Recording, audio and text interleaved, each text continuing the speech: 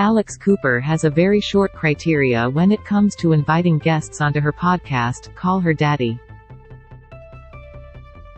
"All I ask is people just be vulnerable and honest," the 28-year-old told E! News' Francesca Amiker ahead of the second season premiere of her wildly popular Spotify show, which in addition to the raunchy relationship talk listeners expect features candid sit-downs with the likes of Rachel Bilson, Miley Cyrus and, in what was cheered as her most revealing interview to date, Hailey Bieber. "Sometimes people aren't ready to do that," Cooper added, "and I've had people circle back around months later and be ready. It really is just a give or take of where they're at, but I do think that Call Her Daddy now has this expectation of, let's keep it real." Besides, said the host who was one of Spotify's most streamed podcasters of 2022, second only to Joe Rogan, she owes it to her loyal fanbase, the Daddy Gang, who've been with her since day one, she explained. "I've got to provide them with entertainment while also respecting my guests." Cooper launched Call Her Daddy with then-roommate Sophia Franklin in 2018 and after barely a month their show was acquired by bro-centric Barstool Sports, which, as Cooper described it in an introductory post for the site, was actually a natural fit for their uncensored, real, female locker room talk. In just 2 months Call Her Daddy was downloaded more than 12 million times and the enthusiasm never waned. Spotify took notice of the show's huge following and, looking to add to its stable of exclusive content, bought it for $60 million in the summer of 2021. Franklin left the show in 2020 following a salary dispute. Moving from having a more targeted, albeit still massive, audience to being one of Spotify's marquee names did result in some changes to Call Her Daddy, Cooper told E! Her big splurge was to actually hire a staff after years of going it alone, but not her approach to hosting. She sees the show's evolution as a natural extension of her own personal growth and changing interests rather than a concerted effort to be more broadly appealing. And though not every episode of her podcast is the lots of sex, most of the time extravaganza it started out as, Cooper still goes there.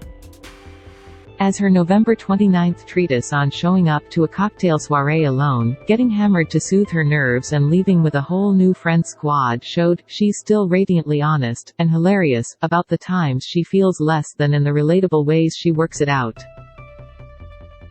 Cooper talked to E! News about coming into her own as a podcast host and why she thinks Call Her Daddy has become a go-to place for celebrities to spill their guts. E! What do you think is the biggest misconception about you? Alex Cooper: I would say a lot of people don't know if I am going to be, like, a bitchy mean girl. I don't know if it's the blonde hair, but I definitely understand that on social media we just prejudge people. We only get snippets. But I think I am a nice person, I think I get along with people, or most everyone. And I think it shows through as to why people are so comfortable to open up to me, because the minute I meet people, my guests feel very safe and they feel that warmth. It's just like we're hanging in my house, let's have a girl talk chat. E! You're so candid and open about your life and what others may perceive as taboo topics, but is there anything you want to discuss? AC: No. I used to say, maybe not politics, and then this year I started getting into politics. I always joke, I don't know what's wrong with me and I need to talk to my therapist about it, but I have no issue. If me being vulnerable and open on the internet helps other people feel connected and seen, I am okay with that. I have nothing that I wouldn't talk about, so I think that's maybe rare, but it truly is to my core what I believe. Ask me anything and I will answer the question, and I am honest, I don't need a PR person sitting next to me. I am an open book. E! Call Her Daddy started as this sexually provocative podcast, and now you're interviewing the biggest stars, you're covering politics. Was this transition always a goal? AC: Talking about sex and relationships, I really felt like it was needed in the moment. There wasn't an energy of a woman coming on and talking like we've heard Howard Stern, etc., so I think there was a place in the market for it.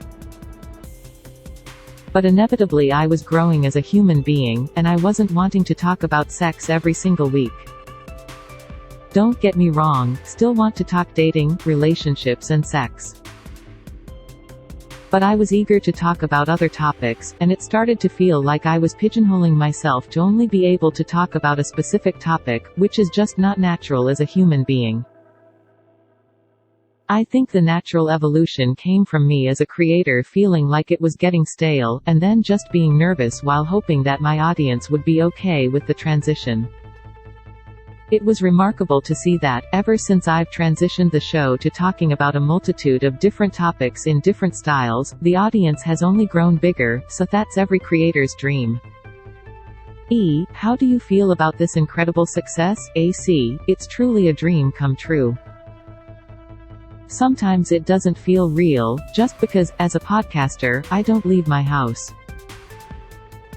People will come and sit down with me and I don't see the millions of people that are listening. But it is incredible, when I see the show charting and getting the recognition that it deserves. My goal is to make Call Her Daddy the best show it can be, and I really believe it deserves that success because the brand has had such an incredible evolution that I don't know many other shows have been able to sustain. I am really grateful. How did you and your team make that Hailey Baldwin interview happen? Call Her Daddy is so unconventional and untraditional. One week I can be DMing someone and they come on, or one week my booking team helps me.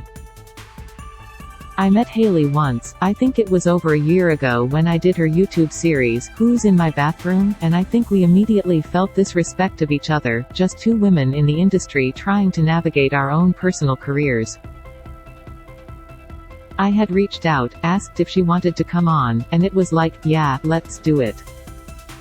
Hailey obviously had in mind what she wanted to talk about, and I hoped that I facilitated the conversation in a way that people felt like we got to see a human part of Hailey that can get misconstrued on the internet. I have so much respect for her, she's an incredible human being. It just makes me really happy that it was positive for her. Why do you feel like she chose Call Her Daddy to finally speak on the speculation and the rumors about her life and marriage? We did not know each other. I am not, like, texting Hailey. It was a moment where I think she said to me, I know I met you once, but I trust you and I really respect your platform and how you handle interviews respectfully. When anyone is opening up, I think they want to be in a space where they know it's going to be held with respect and care, and not feel pushed to go in certain places that they may not want to go. So I will always be grateful to Hailey for trusting me with that. Is there a rule to coming on your podcast with regards to what you're allowed to ask or how far you're allowed to take things? Call Her Daddy has this reputation now where I don't really need to say much. I think when people know they're coming on, there's an expectation that you'll open up and you're going to go there. What I always articulate to people is that my goal is never to trick someone or trip them up or have them feel like I am out to get a headline. There's always going to be a headline, but it is just a genuine conversation I am trying to have to humanize someone. I think that's why podcasting is incredible, because we get to see more of the 360 POV of someone's life, rather than a picture on Instagram, or just a headline. Do you feel like it's easier to book guests now that you've become so popular, or has being known for your honesty hindered who might come on? No, it's definitely helped. I think that people see the caliber of the interviews and just overall have a lot more respect for Call Her Daddy. It is a lot easier now, which I am very grateful for. Out of all the guests you've hosted over the years, who would you say surprised you the most? I genuinely hate that I have to say this, but I can't answer that, only because of the amount of times that I have sat in that studio and been so shocked at the level of openness that people have shared with me. I have so much respect for anyone that's come on Call Her Daddy. I can't choose, just because I think the level of vulnerability continues to elevate so that I am always surprised. Who is your dream interview and what's the one topic you'd love to ask them about? I have two answers. Number 1 is Oprah. I would just be happy to sit down with her and I'd have to wing it, just like whatever came from the heart, as I am sitting in front of an absolute genius and a legend. I think the other person is Taylor Swift. I mean, it just makes sense. Taylor Swift, call her daddy, I've been saying it for so long. She's an icon. How did it feel to switch places and appear as a guest on Emily Ratajkowski's podcast recently? It wasn't easy. I was asking Emily questions and I am like, Alex, shut up, stop doing this. It was fun to not have to have all the control for a minute, but I couldn't help but interview during her own damn podcast. I definitely need to get more used to being interviewed myself. How would you describe season 2 of Call Her Daddy in 3 words? Thought-provoking, fiery, bold, and confident. Sorry to throw that in there. I think I've gotten more confident with the shift to you never know what you're going to get each week. It's a goddamn roller coaster. We're going to be laughing one week, crying one week, we're going to have solo, we're going to have a vlog style. I am truly doing whatever I think is interesting. I know it's probably breaking all the podcast rules, but I am entertained by it and I can tell the daddy gang is, so I am just going to keep going with it.